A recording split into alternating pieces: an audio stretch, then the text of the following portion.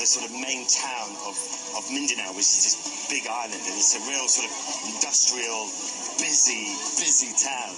There's about 7,000 islands here in the Philippines, and I'm lucky enough to be able to go from the bottom to the top.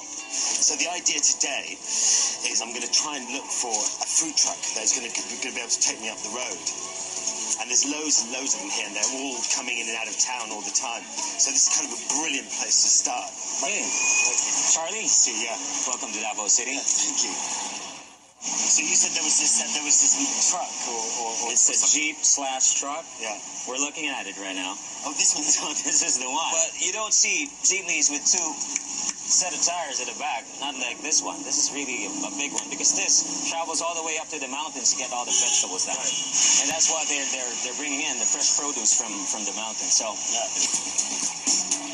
It's going to smell nice. You know, I think this is to counteract some of the cargo that it takes, the fish and stuff like that. Jeepney trucks is something which was sort of a leftover from the Second World War American Jeep. And they've developed that, and they made these long versions of them which carries people around. It's open buses, really. They very kindly let me have a go. Poor guy looked absolutely terrified. We headed inland to Minta, where we were hoping to find some catfish for lunch. And apparently that area, very famous for them. So this is your place? Yeah, the simple place serves as my outlet on my farming.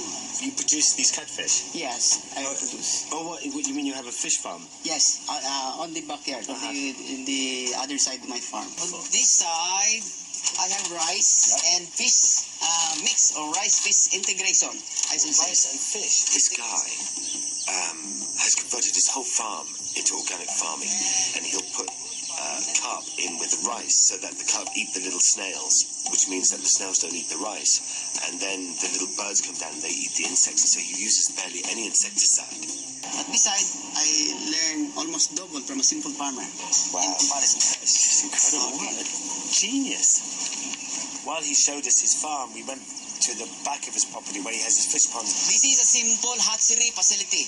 I can produce my own fry and fingerlings by my own fish pan without buying outside. Wow.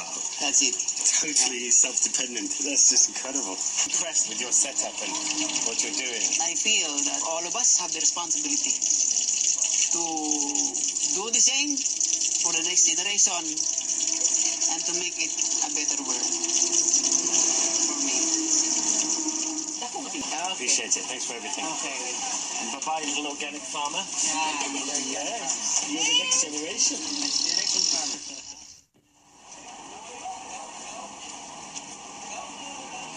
So we're going to a place called Camiguin today, and we're going to go and hang out with this fisherman. And he has very kindly let us stay at his house.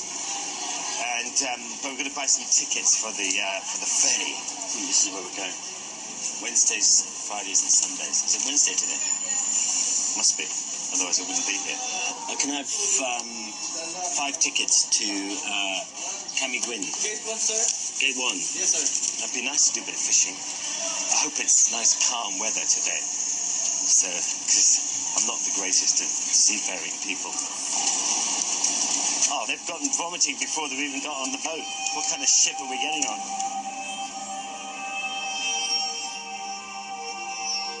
Over 2 million Filipinos depend on the fishing industry to earn a living. We are on our way to meet some fishermen who still use traditional boats to catch their fish. These boats are called bankers, and their distinctive bamboo outriggers can be found all across the Philippines. Wow, look at that. Gorgeous. And we met this guy, Ben, who is a fisherman. And you're going to take us fishing today, are you? And you'll take us across on this. Do I have to wear this? What are we catching again? The small fish? Anchovies. I love anchovy. How long would you have to wait? 30 minutes. 30 minutes. Then we leave this. Right. It is difficult to catch the more fish. Yeah. Because there are too many people fishing, or Because of the fishing, many people. many people fishing. Only fishing. Yeah. Only small fishing ground. Almost 100 families using the area. That area depends. Wow, that's a lot of people. All day, they're out 4 or 5 in the morning, they're back at 4, 5 or 6 in the evening. By the time they're finished at 7 or 8 at night, they get some food, have some sleep, and they're just starting the whole thing over again. And you have a wife and children? Yeah, I have wife, then 2 kids. 2 kids. Do you think he'll become a fisherman? No, I want to come to school, then... And to go to university? Do you think most people on the island are struggling? No jobs. So the other fisher folks migrated to other places. Yeah, to looking for jobs. But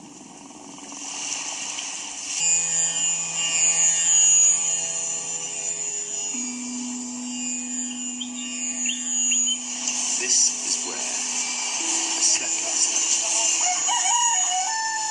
This is the beach. And that's the boat that I went out on last night. They take cockfighting very, very seriously. This is one of the birds here. They look after them very well. They call them their second wives. We're taking a ferry to the island of Bohol, where we'll be catching a lift with the Filipino Navy to the next island, Cebu. Yeah, so look at this. This is the boat we're going to take. It's a car ferry. So we're going to be on it for 4 hours. For 4 hours in this big old jalopy.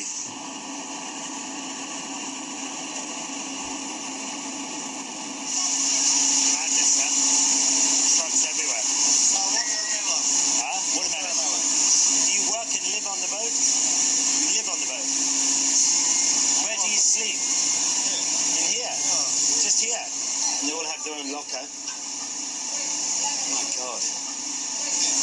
And how long do you stay on the boat then? 1 year apprenticeship. 1 year apprenticeship. But you go home sometimes, or no? You stay 1 year on here. Wow. So you have to wash, clean, food, everything. After this, where do you go? I apply abroad. Abroad. Work on ships.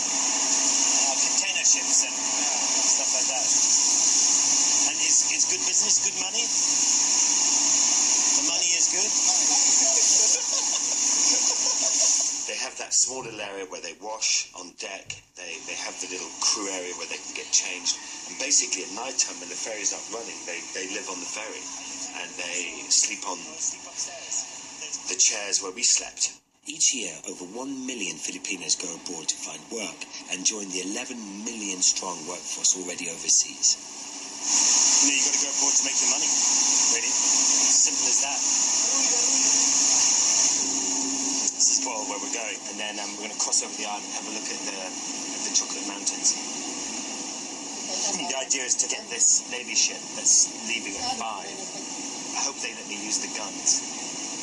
14, 15, 16, 17, 18, 20, 21, 22. And there are these little mountains, and there's like 1,200 odd of them. The summer sun turns the grass on these hills brown, giving them the appearance of chocolate.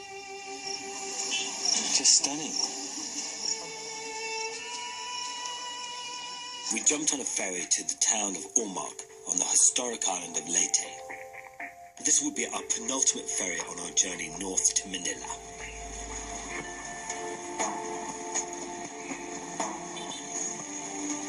Went to the market, actually, and it was beautiful, the market. Incredible diversity of what goes on there. From pig to beef to vegetables to clothes to basically whatever you want. Have you seen my body? I just had a bit of a giggle with the locals. Everyone's so friendly here. You can have a right old laugh with people here. Lentil, look at these lovely chilies. Ooh, yummy. Oh, coconut. See these machines grind the coconut shells, you see. And the big pièce de résistance was to go on this Philippine Navy ship. And the Philippines had offered us a ride. They were off doing maneuvers anyway. They were going from Bohol to Cebu. It's amazing. We're lucky. All right, we'll see you later. What a boat. It's huge.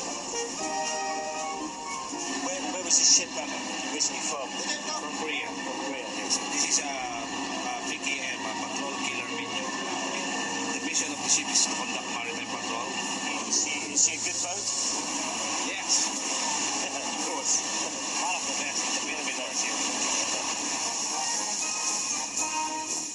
Filipino Navy patrols over 1.25 million square kilometers of the Pacific Ocean and has done so for over 100 years. It takes 22,000 personnel to protect and police a coastline longer than that of the USA. Usually here, we conduct a board and search. Oh, what are they fishing boats or? Some are fishing boats, some are cargo boats. Here in central Philippines, we encounter some illegal fishers. Violations are no working permits for the ship's crew.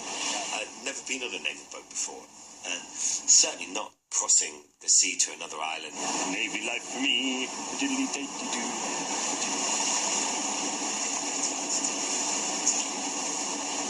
So they took us on board, we had a look around, and they did some manoeuvres for us.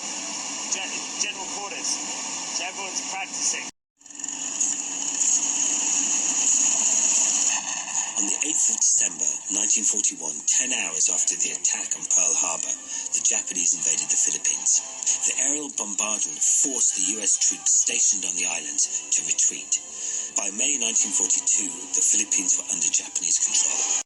Of his interwar years in command of the Filipino army, vowed to return, and on October the 20th, 1944, he did, landing on the island of Leyte with a large US force to fulfill his promise to liberate the Philippines. Velas, 60 miles to San Fernando.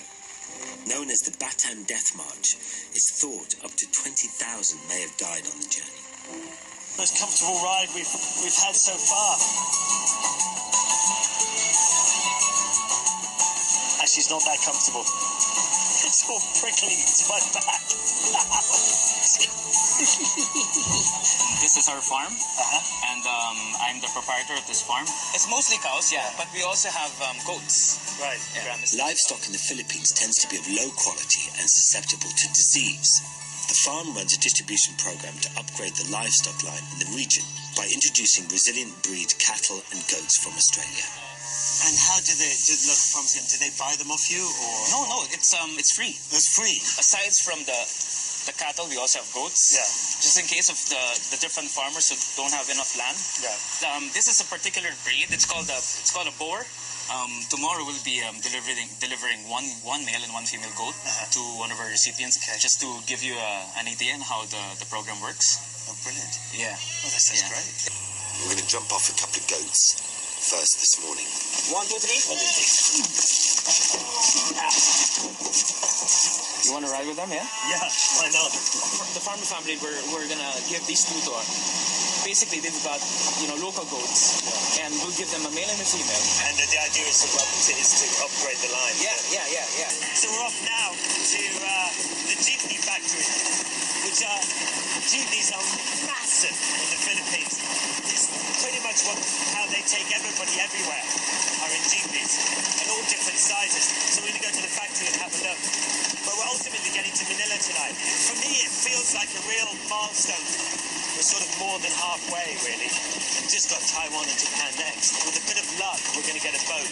It's not the right time of year to sail across, really. The wind, the currents are against us, really. So, the chances of having big waves is high. Wow, look at this place. It's amazing. Jeepneys everywhere. I love that. So funny. We were going to take the jeepney from the factory into the heart of Manila, and everyone had said to me, Charlie, it's going to be tough in that traffic. Manila traffic's mad. Yeah, baby! Woo! Where are we going? Oh, onto the highway. Okay. Manila! Bloody hell.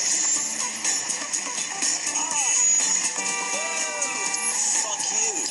And it was actually ended up being quite stressful. I must say, it was the end of the day, quite tired. In the heart of Manila, what a nice way to arrive in a crazy city.